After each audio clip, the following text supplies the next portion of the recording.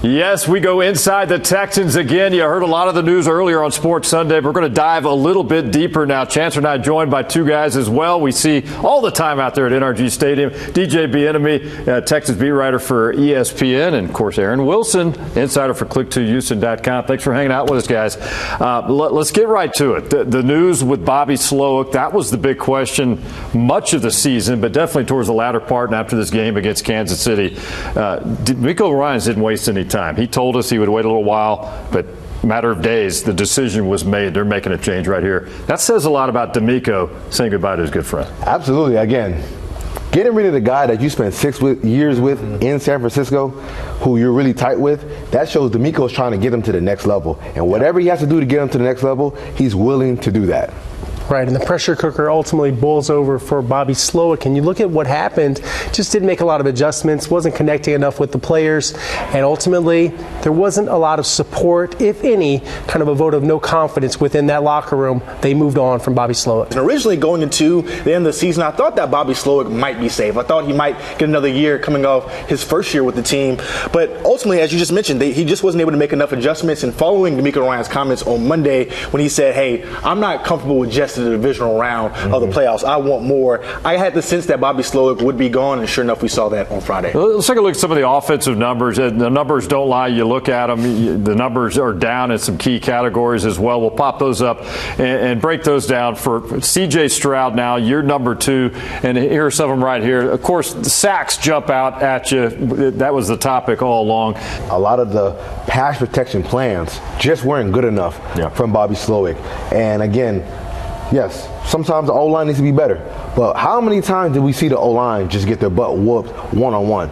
It wasn't necessarily that all the time. A lot of times it was stunts, beating them from week 1 all the way through. And it's not just about Bobby Slowick, because he's not the only person losing his job. The offensive line coach, as we reported and we expected, Chris Strausser is out. He contemplated retirement before last season. Maybe he should have retired.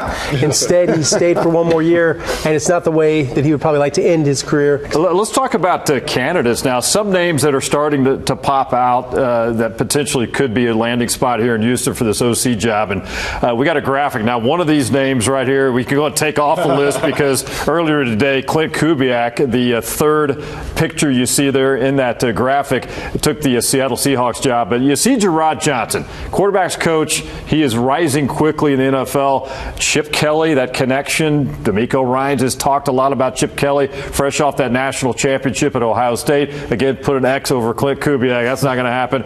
Doug Peterson, probably a long shot, but his name at least has been thrown out there. But Aaron, real quick, what are you hearing as far as Gerard Johnson? Gerard Johnson is a candidate, the humble native, and Texas A&M former starting quarterback. He has been working with C.J. Stroud since he was 16 years old at Elite 11. They collaborate very well, and C.J. has said he's instrumental in his growth as a quarterback. He will get consideration here, and also with the New York Jets. I expect them to request an interview. I'm pushing all of my chips in on Chip Kelly. Here's a guy who has some experience with DeMeco Ryans dating back to their days in Philadelphia. He's a guy who was known as an offensive mind. Coming off a year where he just won a national championship with Ohio State, and Ryan Day said we wouldn't have won it without Chip. And he's a guy who had him score 35 points per game. DJ, you got your arms folded. What's up with that? But with Chip Kelly, I don't know if he believes that yet. He hasn't coached in the NFL since 2016. It was 1 year with the San Francisco 49ers, and they were a terrible team across the board. He got ran out of Philly. So for me, it's like going the Chip Kelly route. I'm like, because I'm always weary of guys that haven't coached in the NFL in over a decade. It's not like he was high flying at UCLA either. Yes, he coached pretty well at Ohio State. They won a national championship. But again, like a lot of even decent offensive coordinators could have coached at Ohio State with all that talent, with all that money that they spent at Ohio State, and had very similar success. Really fast, not to dunk on him too much, but we've heard a lot of people on the record, on video, LaShawn McCoy, Deshaun Jackson, thumbs down on Chip Kelly. They were saying they didn't like him at all as a person, so they had some issues with him. It's coaching college, coaching NFL, different level, grown men. Maybe it doesn't translate. I don't know. It makes for a fun off season for sure, and it's just starting. Hey, good stuff tonight. DJ Bieniemy, thanks, buddy. Appreciate you. ESPN Texans writer Aaron Wilson, our insider for Click2Houston.com. Thanks, guys.